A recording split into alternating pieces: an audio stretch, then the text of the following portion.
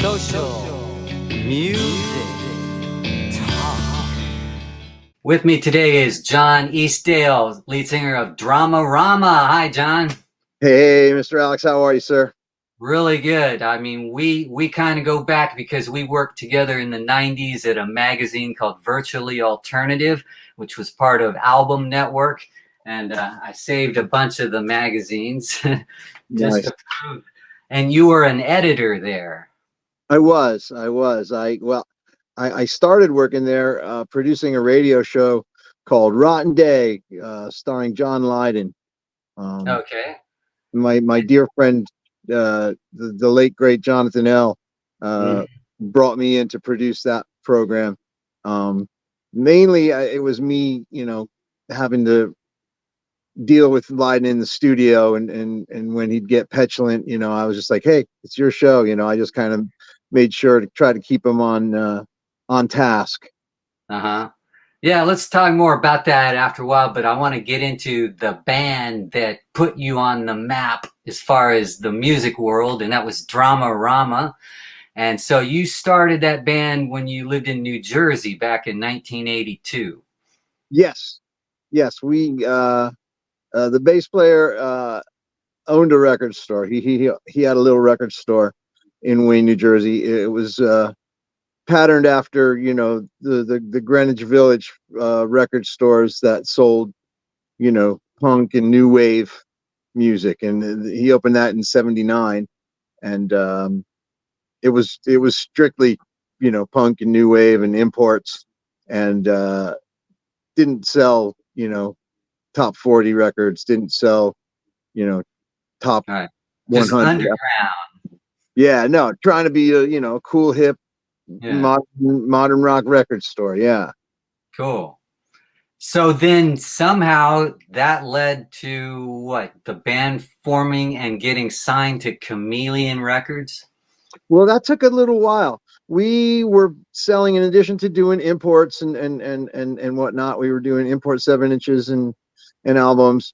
We were also doing some. It was the early days. It was the late '70s, so bands were starting to put out their own 45s, and we were getting a lot of them, and a lot of them really weren't very good, we didn't think. But it was the kind of music that we liked. We liked that, the stuff that was coming out at the time. It was just after, the whole New York scene was happening, and then England was happening, and so I was writing songs, and we started, we went in the studio and made our own 45 right after the record store closed. Because even though we were trying to be a really cool, hip record store, we weren't in Manhattan. We were in Wayne, New Jersey. So we folded. Although we did have the Ramones come do signing session, and the Plasmatics and Ian Hunter and Mick Ronson. We did everything we could to make it a success, but we were in the suburbs and it didn't do well. But we started the band in the basement there, and we made our own 45, and that somehow got to France, and that got us a deal with a French label called New Rose, and we put out our first album. Finally came out, I want to say, in 1985, after we put out a 7-inch and a 12-inch, and then our album came out in '85, and then a DJ in Los Angeles on a station called KROQ started playing it. Was that Rodney Bingenheimer? It was the legend, the man, the myth, and he started playing on his Sunset Strip.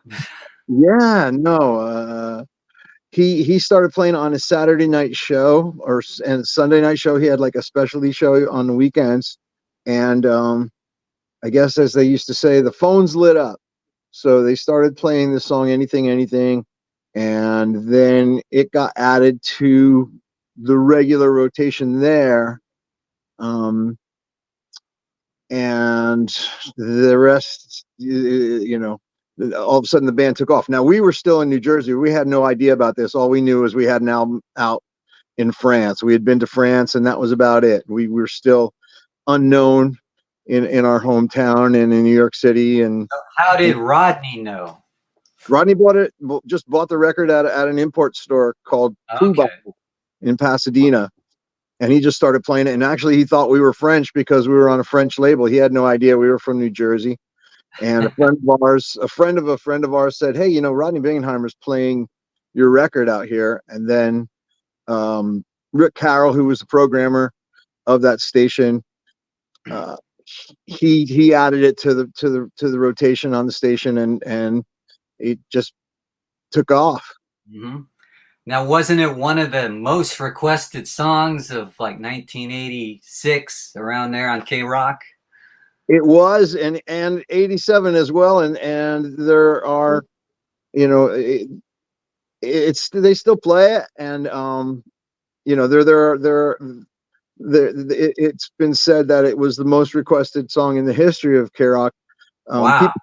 People didn't know who did it or whatever, because they just would call up and say, "What's that song?" He says, "Marry me, marry me, marry me," and Yeah. to the point where it was even one of the frequently asked questions on the K-Rock website.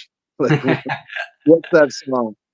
Well, I Uh, can tell you that when I was programming Quad in Sacramento in the 90s, anything was a big requested song, like for an 80s song, and so we played it all the time. Especially on my show, the All Request Lunch Hour, it just always came up, and because of that, I started playing some of your other songs. But let's not get too far ahead of the story.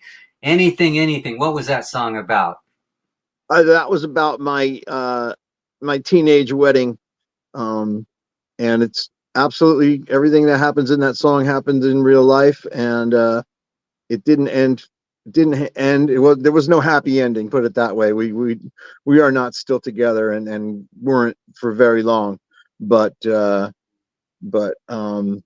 it was just a slice of life, and I think that's why it resonates with so many people, because it was true. It was the truth.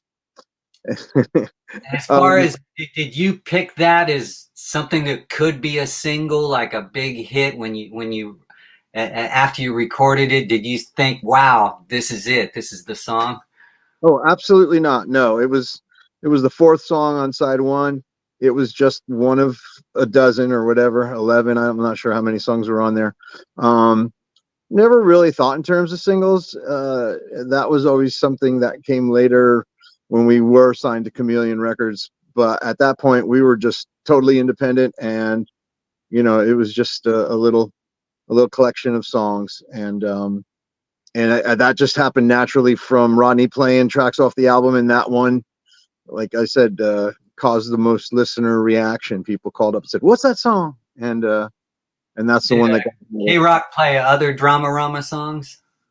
over the years. Yeah, they did, and but I don't think anything we've ever done has had quite the same response or success.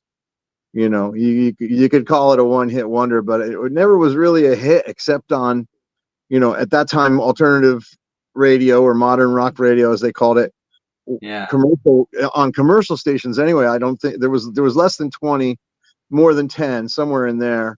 Okay. Um, And and because in the 80s, you only had about a dozen modern rock stations, and then you had hundreds of top 40 stations, but they all played follow the leader. Like they wouldn't jump on new records or new artists, whereas the modern rock panel would. no, And that, and that album never was on a major label until years later. It was reissued when we finally made a deal. But at first it was an import. It was just available as an import from France, and then we put it out ourselves domestically. So for that album and the second album, we just did our own thing, and put out our own record. And it wasn't until our third album that we signed with Chameleon Records, okay. which was Tell us about Chameleon Records because it wasn't just an indie label. It was actually backed by the Pritzker family, who are like billionaires. originally it wasn't. Danny Pritzker bought it, but when we signed, it was a very independent label. It wasn't even in Los Angeles. It was in Torrance, California, and they had a bunch of bands like Mary's Danish, and I'm trying to think some of the Lucinda Williams. the Bone Daddies. Yeah. It was an indie label, and they put out the John Lee Hooker record called The Healer, and Dan Pritzker had his own band, which was called Sonia Dada, and he bought the label, and he pretty much dropped all the all the bands on the label except for Dramarama. He liked us, and he brought that over to Elektra.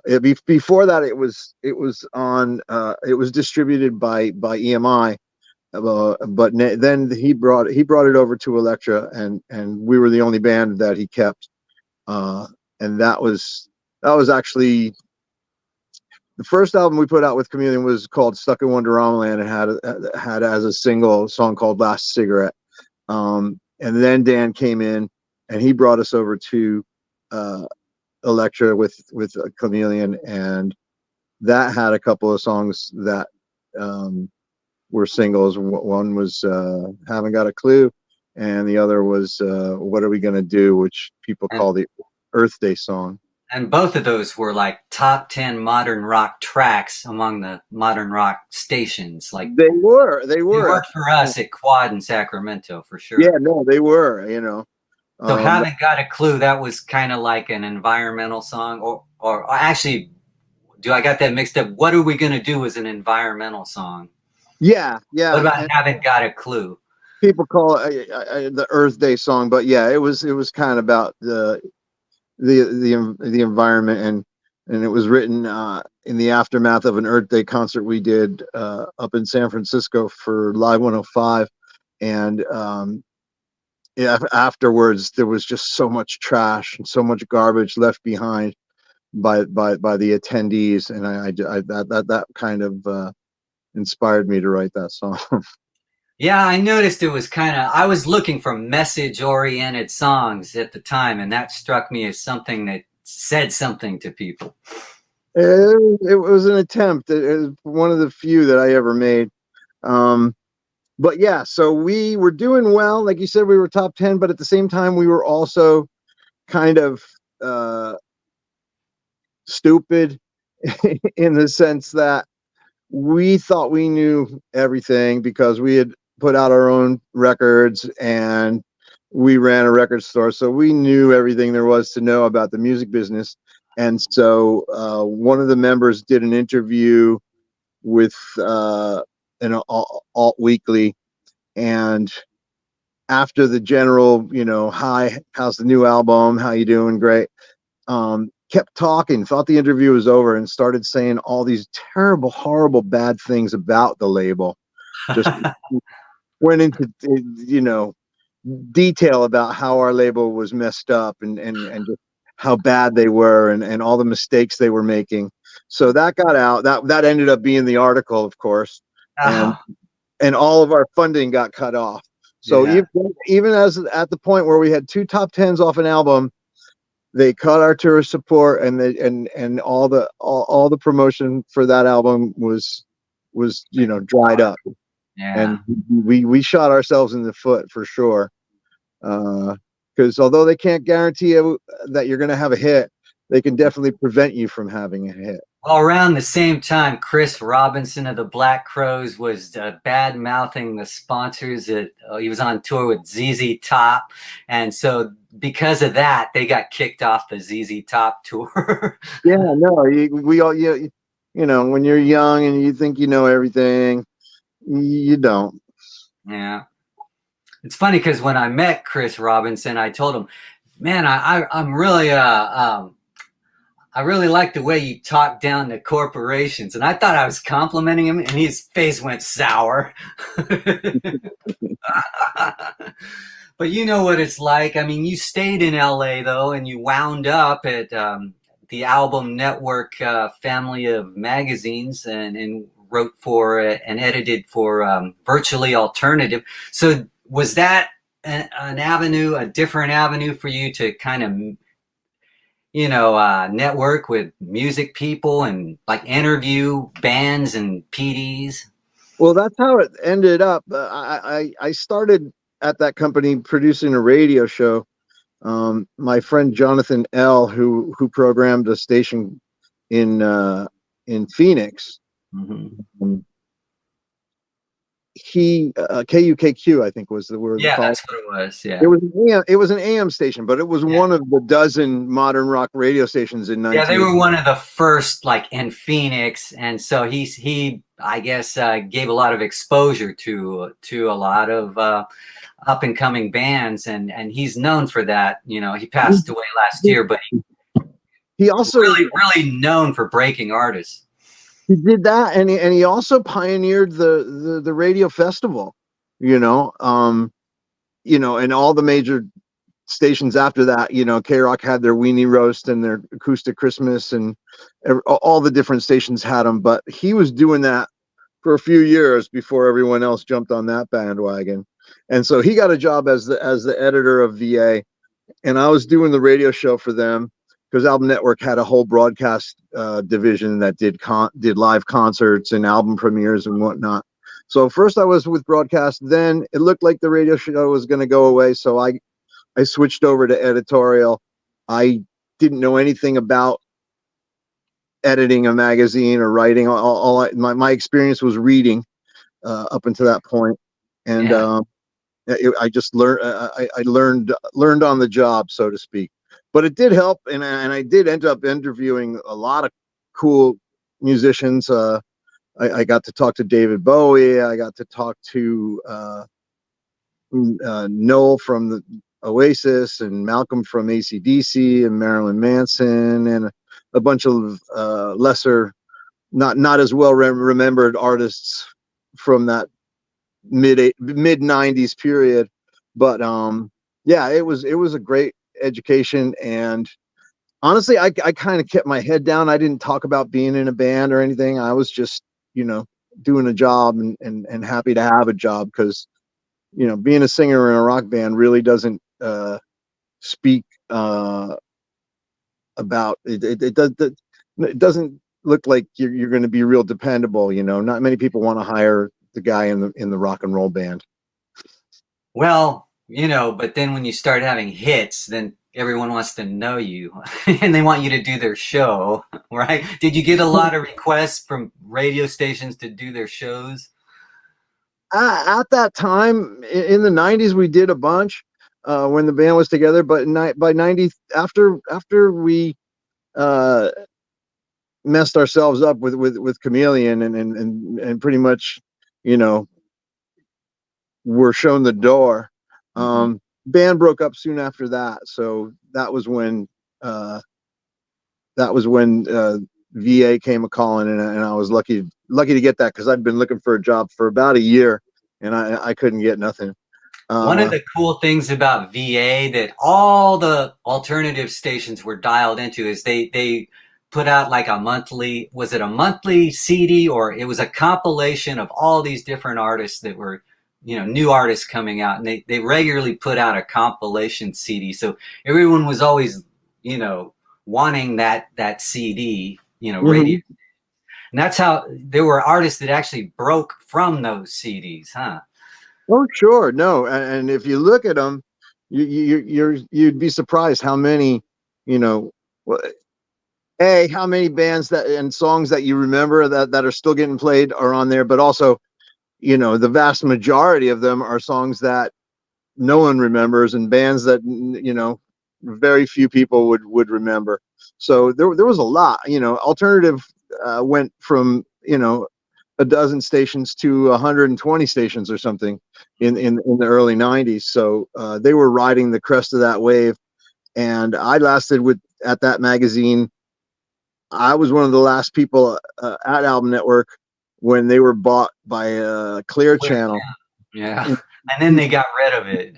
2003. Yeah, well, that was pretty much the radio trade magazine was drying up. The industry was drying up. I think R&R, held on for a little longer.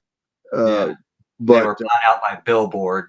yeah, but Cashbox was gone, and Gavin was Yeah. gone, and um, Hitmakers. yeah, they were all going away. The the, Yeah.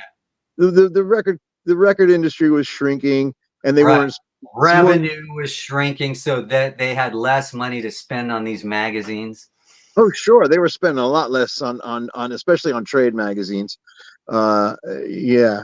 So, I saw it blow up and I saw it shrink, and oddly enough, when they finally shut down in 2003, a few months later, VH1 was doing a show called Bands Reunited, and they came to us. It was kind of like an ambush kind of a situation where they just show up and say, "Hey, you want to get the band back together?" And they went to each individual member at where they were, what they were doing. The bass player was working as a radio DJ. The one guitar player was actually driving uh, a bulldozer, and I was in my garage.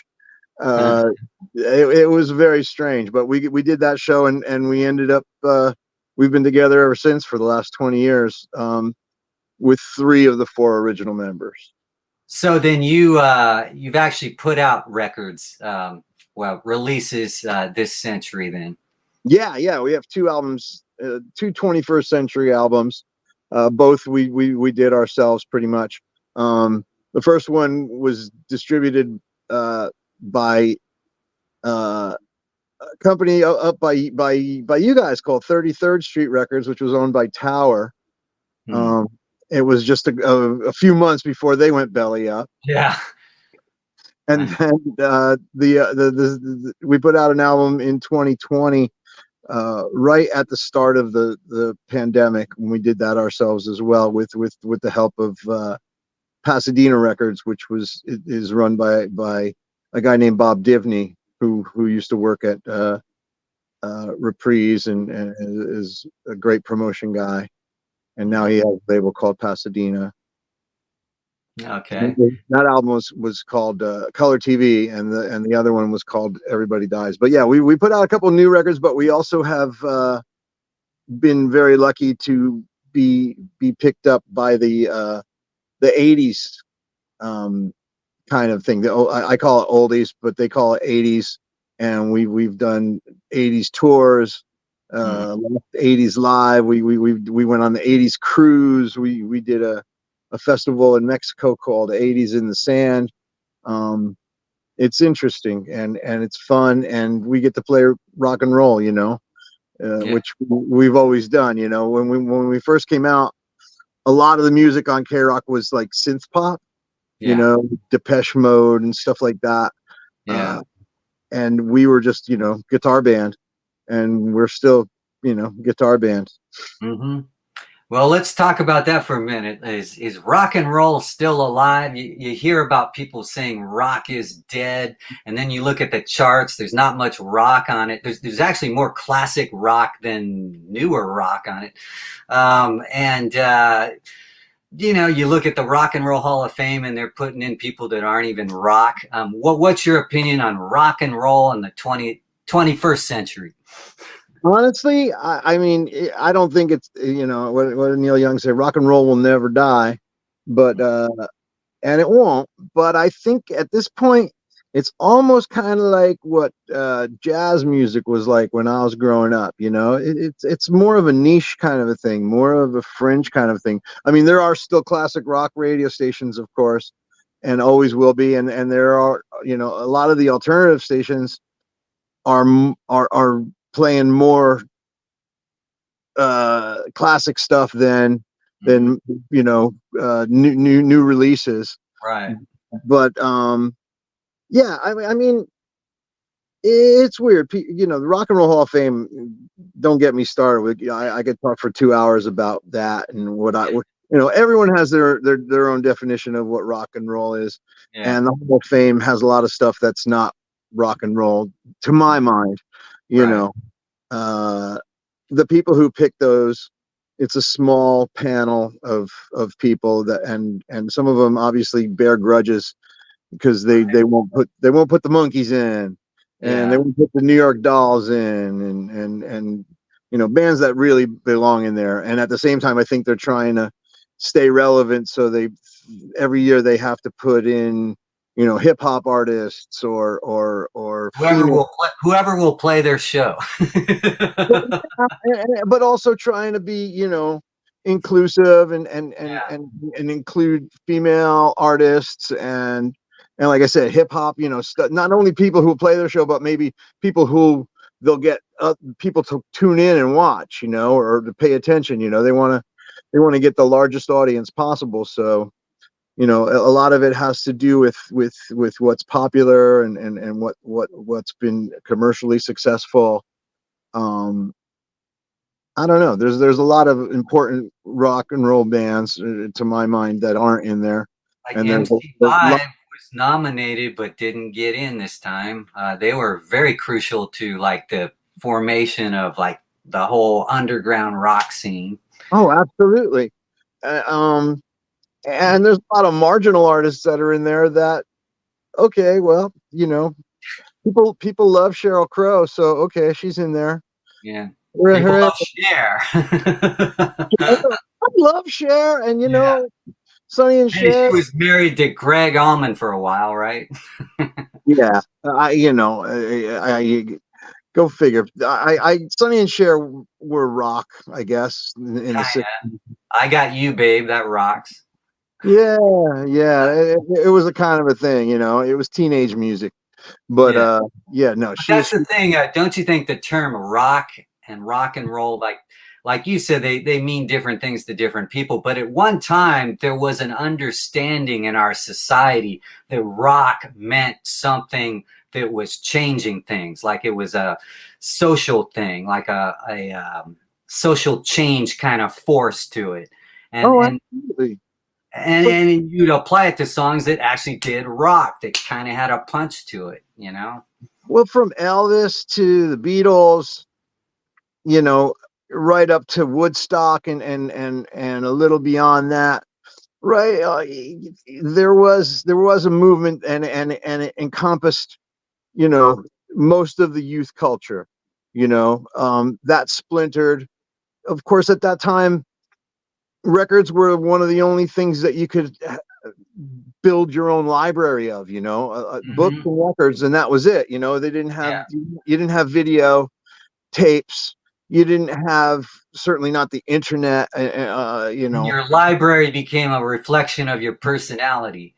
Yeah, but everybody knew everything. Even top 40 music in that at that time, it took over from outside of "Strangers in the Night" by Frank Sinatra. The top 40 was dominated by this teen music because teenagers have disposable income, and teenagers, it changed. Everything changed in the late 50s and in the early 60s, and it lasted. eh, Rock Till was the, was till the dominated. streaming era. Yeah, rock dominated for a long time, but Yeah. once hip hop came along and it kind of, I don't know, now there are so many avenues of entertainment and distraction, whether it's video games or just the internet itself, social media. um Instead of 7 channels on the television, you have 7,000 channels, and it's splintered. Yeah. It's so diverse, and there's such a wide range of topics. The one thing that I would say about the internet, that and the new technology, it allows you allows young people now to really access everything.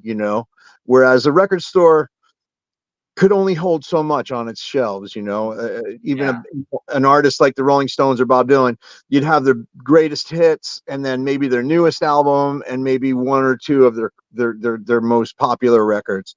But you couldn't carry every Bob Dylan record. You couldn't carry every Rolling Stones album. Hmm. There wasn't room on the shelves. And Right. now you can go back and you can listen to everything in the catalog by the Kinks or by even more obscure bands. Thanks to YouTube.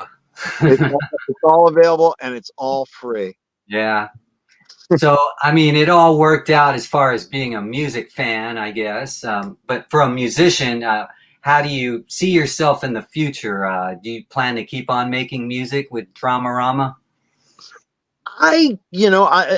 As I've gotten older, I've the what was a raging river is now a quiet stream. So I don't write nearly as many new songs. We're really lucky that we are invited to play at these 80s shows, and we still do our own shows as well. You know, we're just really lucky. 43 years after starting the band, we're still together, and we're still making music, and we're playing new music and old music, and you know, it's a miracle to me. But all right, John, we've been talking for a while. Anything else you'd like to add to what we've talked about? no, I'd just like to say thank you very much for having me on, and like I said, you know, 43 years after starting the band, it really is a miracle to me that we're still doing it. And you know, I honestly, when we started the band, I never expected to get out of the basement, never expected to get out of the garage. New York radio never played modern rock, never played the Ramones, never played, you know, any of the music that was popular in downtown and CBGBs and whatnot. New York radio didn't play cool music at all. It wasn't until after the 90s when Nirvana and Pearl Jam and those bands took off It that, was a West Coast thing. yeah, it was, you know, it was everywhere. There was Chicago, and there was HFS in Washington D.C., and I think in Boston FNX was up there, and even BCN played some modern rock up there, but it wasn't a New York thing. So we never expected to get on the radio, and we weren't trying. We were just doing what we liked. And so the fact that we ever did get on the radio, and that we made records, and we're signed to a major label, and that we're still making records and playing concerts, it's just insanely cool. And I'm very, very fortunate. And I'm fortunate to be talking to you today. You know, Yeah, it's wonderful. I'm glad you did. It took a while for us to set it all up, but it worked. yeah. Thank you so much for having me on, Mr. Alex. I do appreciate it, sir. Got it. Great. Well, great talking with you, John. Let's talk again sometime. Anytime. Social music.